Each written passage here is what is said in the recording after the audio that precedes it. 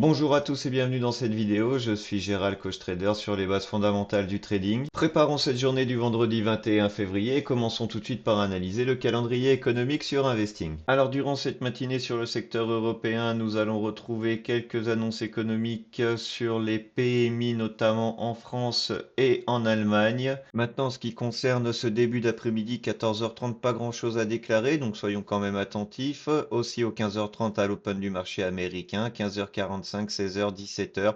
Je pense que cette milieu d'après-midi ainsi que ce début de soirée, voire cette fin de soirée, risque d'être pas mal mouvementé sur le marché du Nasdaq. Allez, il est tout juste 8h20, allons chercher les gros niveaux qui pourraient être pertinents pour cette journée du vendredi 21 février. Alors au préalable, j'ai commencé à tracer différentes possibilités de range. Le Nasdaq, c'est entre 800 et 2500 ticks au quotidien. Je suis donc parti sur les plus bas de la séance asiatique où nous retrouvons beaucoup d'acheteurs agressifs et j'ai établi un mouvement haussier d'environ 1500 ticks. J'ai reproduit la même chose pour un mouvement baissier, environ 2000 ticks, et sans aucune certitude, je te ferai une proposition d'un marché équilibré avec un scénario assez intéressant, je dois dire. Je reviens dessus juste après. Allez, tout de suite, analysons ce mouvement haussier et allons rechercher ces différents niveaux sur lesquels le marché pourrait rebondir. En tous les cas, les niveaux qu'il pourrait retrouver suite à ce mouvement haussier. Donc, pour commencer par rapport à sa position actuelle, en cas d'un mouvement haussier, nous retrouvons cette petite wick suite à l'open de la séance asiatique sur les niveaux de prix 22 170, 22 175.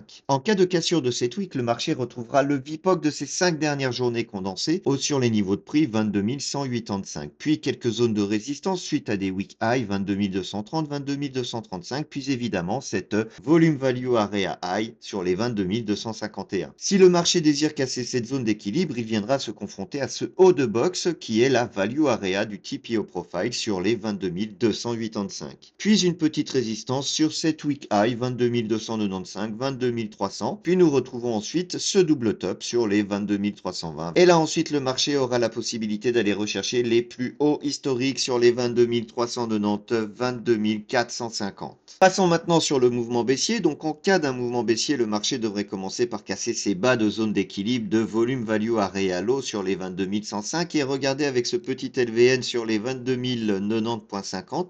Et pourquoi pas poursuivre ce mouvement pour aller rechercher ce bas de range de la journée d'hier sur les 21 970, 21 950. Et pour poursuivre dans la cassure de ce mouvement, eh bien nous retrouvons cette zone sur la journée du 13 février qui nous montre une belle zone de résistance sur les 21 895, 21 879. Et ensuite, retrouver cette zone de HVN délimitée par la VVAL de la journée du 13 février à 21 838 et le bas du HVN de ces 6 journées condensées, ces 6 journées du 6 au 12 février. Si ensuite nous souhaitons poursuivre sur un mouvement qui pourrait atteindre les 2000 ticks, eh bien le marché pourrait tout simplement aller rechercher cette zone sur les 21 711, 21 684. En ce qui concerne la possibilité d'un marché équilibré avec un joli volume profile en forme 2D, il nous faudra trouver son point bas et son point haut au travers de tous ces niveaux annoncés par les mouvements haussiers et baissiers. Aujourd'hui, la difficulté va être de savoir si nous sommes sur un pullback de la VAL, qui est le bas de la box, ou si nous sommes en train de réintégrer cette zone, ce qui pourrait nous conduire à la traverser et partir en directionnelle acheteuse. Un scénario pas dégueulasse du tout dont je te parlais en début de cette vidéo, est que nous pourrions éventuellement jouer un magnifique double bottom ici sur cette zone par rapport au plus bas de la journée d'hier pour aller casser et réintégrer la box pour finalement la traverser, aller casser les plus hauts historiques du Nasdaq. Au travers de cette préparation de journée, j'ai essayé de t'amener sur différents scénarios possibles. Bien entendu, le marché au fur et à mesure de la journée les invalidera les uns après les autres, ce qui j'espère te permettra de prendre au moins une belle position et réaliser un joli trade en cette fin de semaine et de passer un très bon week-end. Si tu as besoin davantage de précision, si tu souhaites que j'aborde différents sujets dans ces préparations de journée, n'hésite pas à me le faire savoir dans les commentaires. En tous les cas, pour le moment, nous nous retrouvons lundi matin pour une nouvelle analyse et au cours du week-end pour analyser ensemble les mouvements de ce vendredi 21 février.